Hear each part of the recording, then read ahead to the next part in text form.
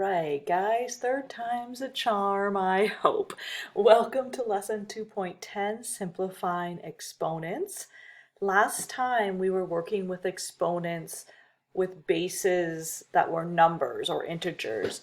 This lesson we're going to be working with expressions that have a variable or letters instead, and we're going to make it a little more challenging. So what we're going to do is we're going to use our knowledge of exponent laws that you learned last time to simplify expressions that are involving variables and exponents on those variables. So let's take a look at some examples involving multiplying terms with exponents on variables. So here we have 4x squared times 2x cubed. What I like to do is I like to organize it by putting the constants or the coefficients out front and then writing down all my terms with their exponents afterwards. And this gives it a nice organized feel so that it's easier to keep track of, especially when we're doing more complicated problems. And remember, because of the properties of multiplication, we can write these terms in any order we want, and it will work out to be the same number in the end. So that is really helpful here. So I've taken my two coefficients, 4 and 2, put them in the front, and then I've taken my two terms with exponents and put them afterwards. So now we can work with our coefficients. We can multiply these two numbers, and then we can use our exponent laws to simplify the exponents. So if we do 4 times 2, that gets 8. And using our exponent law for multiplying terms, we're going to add our exponents. So this becomes 8x to the exponent of 2 plus 3. And then we're going to simplify that exponent by adding those numbers, giving us 8x to the 5th. And that's the final answer for that guy. Now, no matter how many terms you're multiplying, you're going to use the same idea. You're going to write down your coefficients first. Remember to take your signs with your coefficients, and then you're going to write down all your terms along with their exponents. Now remember, this guy here, even though there's no exponent written there, it's actually a 1. So just remember that if you have a letter by itself, the exponent on that is 1. So I've taken my 3 and negative 2 and 5 in the front, and then my y squared, my y, and my y cubed. Now I'm going to multiply my coefficients together to simplify to one number. So 3 times negative 2 is negative 6, and negative 6 times 5 is negative 30. So now I've simplified that part of the expression. I'm going to work with the exponents. Because these are multiplying, we're going to add the exponents. So we have 2 plus 1 plus 3, and if we simplify that, it becomes negative 30 times y to the 6th. And that's the final answer there. Now let's do some dividing. We're going to use the same steps. We're going to deal with the coefficients and the terms with the exponents separately as we can simplify them. So this first one here, negative 16n to the 5th divided by 4n to the 3rd.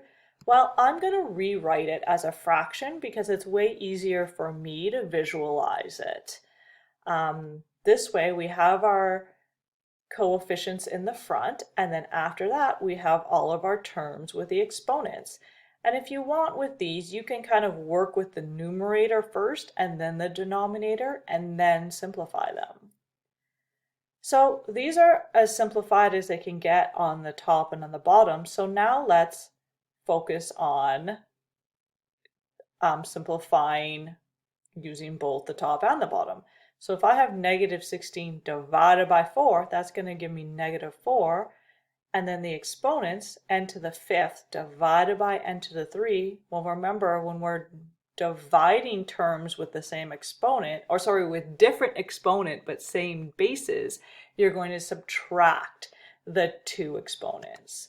So this becomes negative 4 times n to the 5 minus 3, and now we can simplify that exponent to get negative 4n squared. Now let's look at b. Notice how we have a numerator and a denominator, but the whole thing is squared. So that means we need to deal with this squared first, which means every single term in here needs to be squared.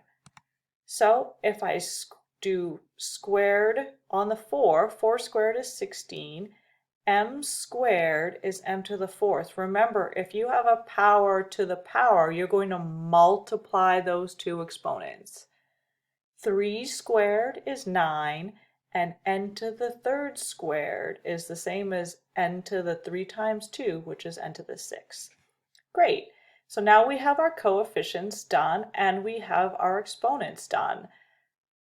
If you look carefully here, nothing can be reduced. So this is the final answer because there's no number that can go into both 16 and 9 except for 1, so there's no point in dividing those by 1.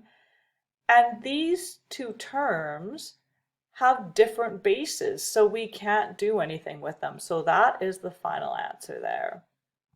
Okay, let's go on to things a little more complicated.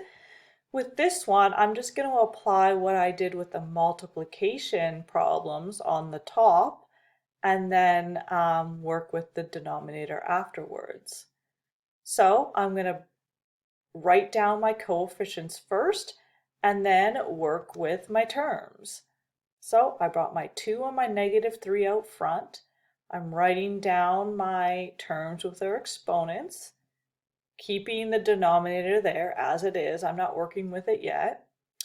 Now I'm going to multiply these coefficients together to get 1, and I'm going to start adding my exponents, because if I have a cubed times a to the 4, that's going to become a to the 3 plus 4.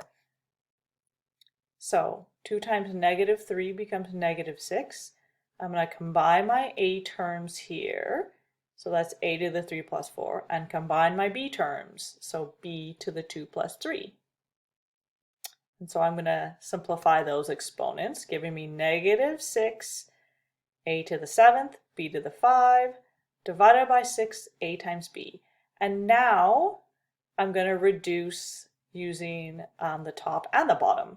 So negative 6 divided by 6 is just negative 1, or just negative if you want. And now we're going to subtract our exponents. Remember, this a and b on the bottom, they have an exponent of 1. So 7 minus 1 is 6, 5 minus 1 is 4. So our final expression is negative a to the 6, b to the 4.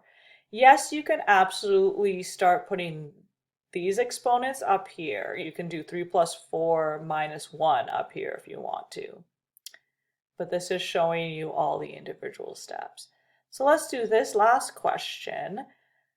We're going to use the same technique as what we did here, but we need to deal with this squared first. So again, I need to apply this squared to each of my terms in this bracket only. Okay? So negative 4 squared, negative 4 times negative 4 is 16. P squared is p squared. Q to the 3rd squared is q to the 3 times 2, which is 6.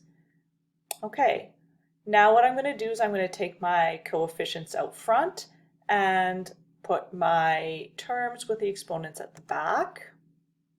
And I'm going to combine the p's. So if we have a p squared and a p squared, that's p to the 2 plus 2. And q, we have 5 and 6 here. Okay, my next step, I'm going to deal with this number. If I do negative 3 times 16, which is 48 divided by 8, that gives me 6. And then I'm going to combine these exponents here. So that becomes p to the 4, and this becomes q to the 11. And then if I have p to the 4 over p to the 4, the final exponent becomes p to the 0. And if I have q to the 11 over q to the 4, if I do 11 minus 4, I get q to the 7. And anything to the 0, remember, is 1. So that's just going to reduce out of the equation. So my final expression is negative 6q to the 7. Okay, those are all the examples.